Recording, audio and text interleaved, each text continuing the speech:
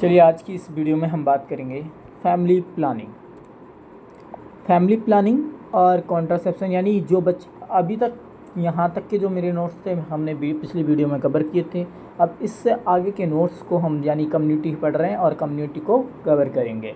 ठीक है, सबसे पहले फैमिली प्लानिंग। फैमिली प्लानिंग में नेशनल फैमिली प्लानिंग जो प्रोग्राम आया था 1951 से 1952 के अंतर्गत आया था। ठीक है, जिसमें कॉन्ट्रासेप्शन मतलब सबसे पहले कॉन्ट्रासेप्शन में भी सबसे पहले eligible couple, marital couple with the age of female within 15 to 45 years and no one adopt the permanent method। यानी वैसे एलिजिबल कपल किसको कहा जाता है? जो मैरिटल कपल है विद द एज ऑफ उनकी फीमेल की जो है 15 टू 45 ईयर्स है एंड उनके पास कोई भी परमानेंट मेथड उन्होंने अडोप्ट नहीं किया। ठीक है, रजिस्ट्रेशन कहाँ पे होता है इनका? तो रजिस्ट्रेशन होता है सब सेंटर पे। इनका रजिस्ट्रेशन होता है सब सेंटर पे। ठीक है, और no number of eligible couple कितने होते हैं? 130 टू 180 और पर 1000 130 टू 150 होते हैं 1000 में। ठीक है, कितने होते हैं? 130 टू 180। ठीक है, और ये पॉपुलेशन में 1000 पॉपुलेशन में। टारगेट कपल्स किसको कहा जाता है? Eligible couple with the 2 lives children. Eligible couple with the 2 lives children. ठीक है,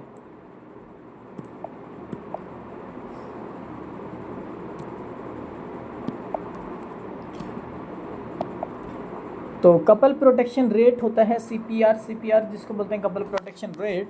और ये given the suggestion for 60% eligible couple to use any type of the contraception.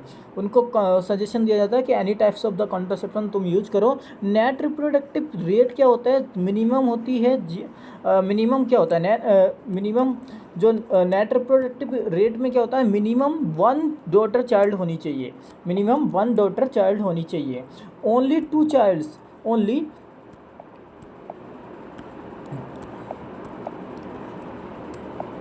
Only 2 child's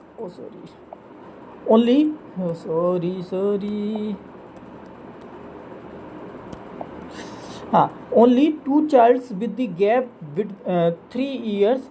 इस और मतलब 2 चाइल्ड्स के बीच में जो गैप होना चाहिए वो कितना होना चाहिए? 3 ईयर्स का होना चाहिए। पर्ल इंडेक्स क्या है? Also known as the 100 womens years. It give the information about the failure rate of the any contraception. Accidental pregnancy का अगर हमें निकालना है तो पर्ल इंडेक्स से हम पता कर सकते हैं। तो accidental pregnancy upon the total exposure of the women into the month, और इसको सारे को 1200 से मल्टीप्लाई कर देना है। ठीक है, आगे चलते हैं। तो आगे है if number of the menses are given to 1300 से, अगर मेंसेस का नंबर दिया होता है तो 1300 से उसको मल्टीप्लाई करना है। लाइफ टेबल एनालिसिस क्या होता है? तो लाइफ टेबल एनालिसिस में it is a best method to use to contraception. Life table analysis में it is a best method use for contraception. Monthly diagnosis to be done. Next है injectable hormone कौन कौन से होते हैं? Injectable hormone it is also known as the depot form. इसको क्या बोलते हैं? डिपोर्ट फॉर्म भी बोला जाता है। डिपोर्ट फॉर्म मतलब डंपा 3 मंथ तक काम करती है। इसको बोलते हैं deport medroxy progesterone acetate. Deport medroxy progesterone acetate. ठीक है, ये 150 mcg की होता है सिंगल डोज, और इंट्रामस्कुलर दिया जाता है 90 डिग्री पर दिया जाता है। 3 मंथ तक इफेक्टिव होता है। कब तक? 3 मंथ तक इफेक्टिव होता है। अब इस बात करते हैं अगर नेट एन की, तो नेट एन में नॉर एथिस्ट्रोन एनिथेट होता है। तो ये 200 mg का होता है सिंगल डोज गिवन IM। इसको भी दिया जाता है 90 डिग्री पे, और ये 2 मंथ्स के लिए वैलिड होता है। ये कितने मंथ्स के लिए? 2 मंथ्स के लिए वैलिड होती है। तो इसका जो साइड इफ़ेक्ट है वो होता है ब्रेक थ्रो ब्लीडिंग। इसका साइड इफ़ेक्ट क्या होता है? Break through bleeding. Sometimes the spotting amenorrhoea देखने को भी मिल सकता है। ठीक है, इम्प्लांट की बात करते हैं तो इम्प्लांट को also known as the subdermal implant 6 silastic rod होती हैं containing 35 mg each LNG hormone given the protection for 5 year. ये जो इम्प्लांट है जो 35 mg का जो ईच जो होती है hormonal given the protection of the 5 years. जो 6 सिलिस्टिक रोड होती हैं वो 5 साल तक प्रोटेक्शन देती हैं। So it is called the nor plant. इसको क्या बोलते हैं? नॉर प्लांट इसको बोला जाता है। ठीक है, नॉर प्लांट R2 क्या होता है? तो 2 सिलिस्टिक रोड होती हैं 75 के एक होती है और इफेक्टिव होता है 3 ईयर्स तक। यानी 6 वाला जो है वो 5 साल तक और जो 2 वाला है वो 3 साल तक जो सिलिस्टिक रोड है उसको वो इफेक्टिव होती है। इसके एडवांटेज क्या है? During implants and removal would time the इसके जो है डिसएडवांटेज क्या है? इसके जो है डिसएडवांटेज क्या है? तो डिसएडवांटेज ये है कि during the implantation and the removal of the wood time the surgical correction should be required. जैसे ही अब हम इसको लगाएंगे या निकालेंगे तो दोनों बार इसको सर्जिकल करेक्शन करना पड़ता है। तो वेजाइनल रिंग की बात कर लेते हैं। सबसे पहले vaginal ring, it is a flexible ring that contain the levonorgestrel hormone. क्या? Levonorgestrel hormone. It should be introduce just after the menstruation, just after the menstrual phase, and the place 3 week inside the body and remove just before the next cycle। उसको 3 week तक तो अंदर रखो और निकालना कब है? ये just before the next menstrual cycle. It is a reusable, और ये क्या है? रीयूजेबल होती है। It is not so much effective. Skin patch की बात कर लेते हैं। तो स्किन पैच में भी क्या होता है? It should be apply hairless area. Skin patch को हमें हेयरलेस एरिया पे लगाना चाहिए। But not much effective due to the sweating easily remove, और ये फिर से रिमूव हो जाता है। ये भी ज़्यादा कारगर नहीं है। IUD की बात करते हैं तो IUD is a intra uterine device. IUD is a intra uterine device. IUCD क्या होता है? IUCD is a intra uterine contraception device. Intra uterine contraceptive device.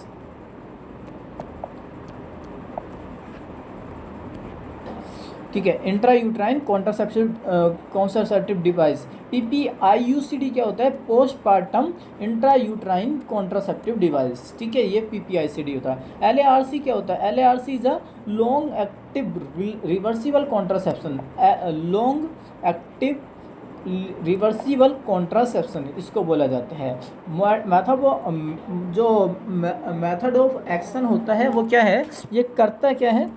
तो ये करता है thicken the cervical mucosa and copper as the spermicidal and block the uterine body and prevent the fertilisation ovum for the implantation. तो unfavourable endometrium को बना देता है। It is mainly 3 generation, और ये कितना है? मेनली 3 जनरेशन होती हैं इसकी। कौन कौन सी होती हैं बात करेंगे आगे, चलते हैं आगे।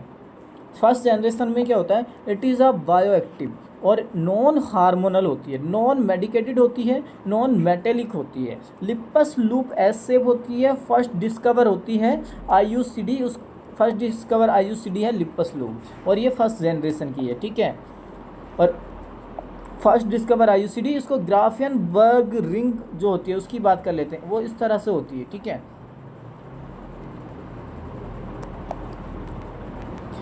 तो इसमें होता है BaSO4। जो BaSO4 है उसको बोलते हैं बेरियम सल्फेट, जो कि लाइन प्रेजेंट होती है on IUD for the visualisation in x-ray में ही उसका काम होता है, क्योंकि वो एक्सरे अगर हम करते हैं तो वो लाइन दिख जाती है एक्सरे में। ठीक है, और सेकंड जनरेशन की बात करते हैं तो ये भी होती है बायोएक्टिव, ये भी होती है मेडिकेटेड होती है, ये मेटेलिक होती है। वो नॉन मेटेलिक होती है, ये मेटेलिक होती है, ये नॉन हार्मोनल होती है। फर्स्ट डिस्कवर कॉपर टी होता है, तो कॉपर टी 7 होती है।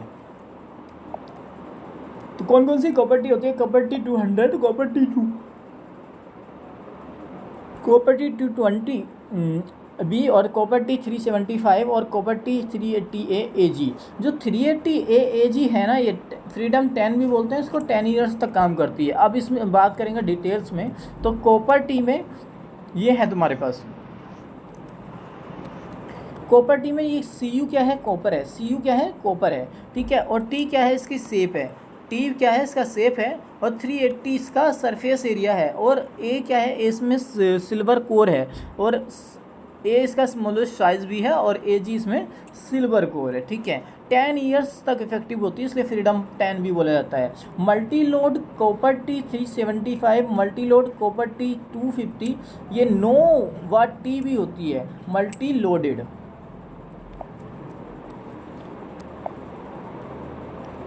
जनरेशन थर्ड की बात करते हैं तो बायो एक्टिव होती है, मेटेलिक होती है, मेडिकेटेड होती है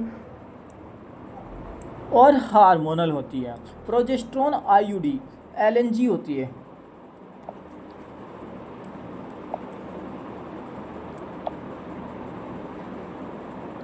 एलएनजी आईयूडी होती है। मिरेना आईयूडी होती है। Best time for the insertion IUD के लिए कौन सा बेस्ट टाइम होगा इंसर्शन के लिए, उसकी भी हम बात कर लेते हैं। तो फर्स्ट 10 डेज़ में आईयूडी इंसर्शन कर दो, यानी फर्स्ट 10 डेज़ किसके, मेंस्ट्रुएशन साइकिल के, या 7 to 10 days of the menstruation cycle, या फिर इसको बोलते हैं within 1 week of the कहते हैं ना सिजेरियन सेक्शन, और within 3 days of the normal delivery, या फिर within 3 day of the normal delivery. तो सिजेरियन सेक्शन में अगर किसी का सिजेरियन सेक्शन होता है तो 7 दिन के अंदर, और डिलीवरी होती है तो 3 डेज़ के अंदर, और विद इन 1 वीक अगर सिजेरियन होता है तो ठीक है। और 7 to 10 days of the menstruation cycle, या फिर first 10 days of the menstruation cycle, IUD insertion का करेक्ट टाइम यही होता है, ठीक है। अदरवाइज अगर डिलीवरी हुई है तो अगर तुमने नहीं लगाया है विद इन 3 डे और with in 7 day if caesarean, तो आपको उसको लगाना है आफ्टर 6 to 8 वीक। ये होता है पोस्टपार्टम हेमरेज वाला टाइम, इसको या परप्यूरियम टाइम।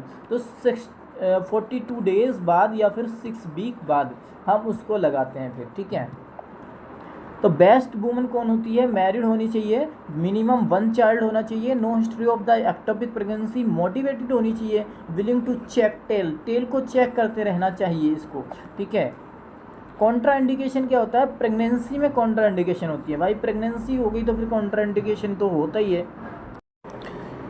हाँ, तो प्रेगनेंसी में कॉन्ट्राइंडिकेट तो होता ही है। फिर जेनेटिकल ट्रैक का अगर किसी को कैंसर है तो उसमें भी कॉन्ट्राइंडिकेट है। हिस्ट्री ऑफ एक्टोपिक प्रेगनेंसी है तो उसमें भी कॉन्ट्राइंडिकेट है। पेल्विक इन्फ्लामेटरी डिसीज है तो उसमें भी कॉन्ट्राइंडिकेट है। और अननोन ब्लीडिंग है तो उसमें भी कॉन्ट्राइंडिकेट है। परमानेंट मेथड अगर कोई ले रहा है तो उसमें क्या कहते हैं, उसमें भी कॉन्ट्राइंडिकेटेड, तो उसमें क्या ही करेगी वैसे तो। नॉन परमानेंट मेथड को वैसे हम बोलते हैं नॉन एज टर्मिनल मेथड या स्टरलाइजेशन मेथड या इरिवर्सिबल मेथड इसको बोला जाता है, ठीक है। तो it should B use after the completion of the family. जो इरिवर्सिबल मेथड है, जो इरिवर्सिबल मेथड है, स्टरलाइजेशन है, ट्यूबेक्टमी, वेसेक्टोमी,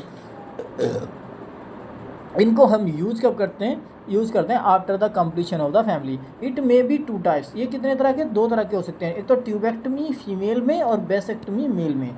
ट्यूबेक्टमी में क्या होता है, cut down the fallopian tube at the stomach junction या पोर्शन एप्लीकेबल रिंग।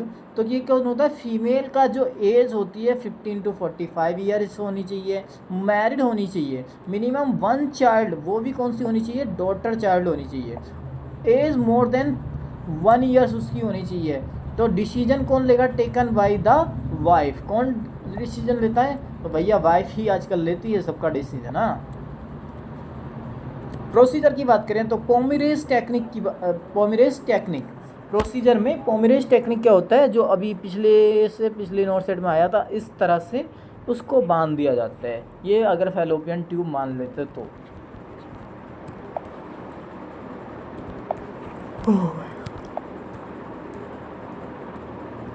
अब ये एप्लीकेबल रिंग है।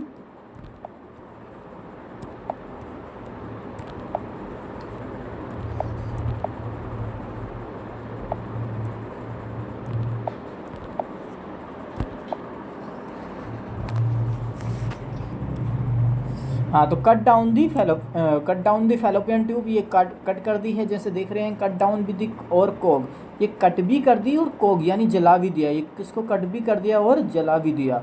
ये अगर फैलोपियन ट्यूब है तो मान के चलो ये इधर से जला भी दिया और इसको कट भी कर दिया।